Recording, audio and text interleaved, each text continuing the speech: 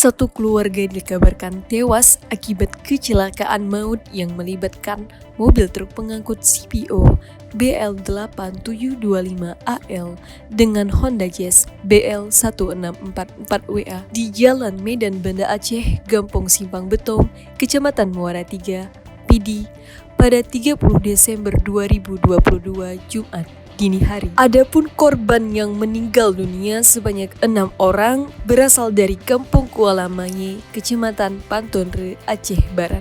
Keenam korban yakni pengemudi Honda Jazz Junaidi berusia 35 tahun, penumpang Mawardi berusia 30 tahun, Asnani berusia 48 tahun, Maisarah berusia 38 tahun, dan 2 orang balita bernama Hanum Hamira dan Ahmad Diaul Haki berusia 2 tahun. Adapun korban lainnya bernama Munawarah berusia 28 tahun masih tak sadarkan diri.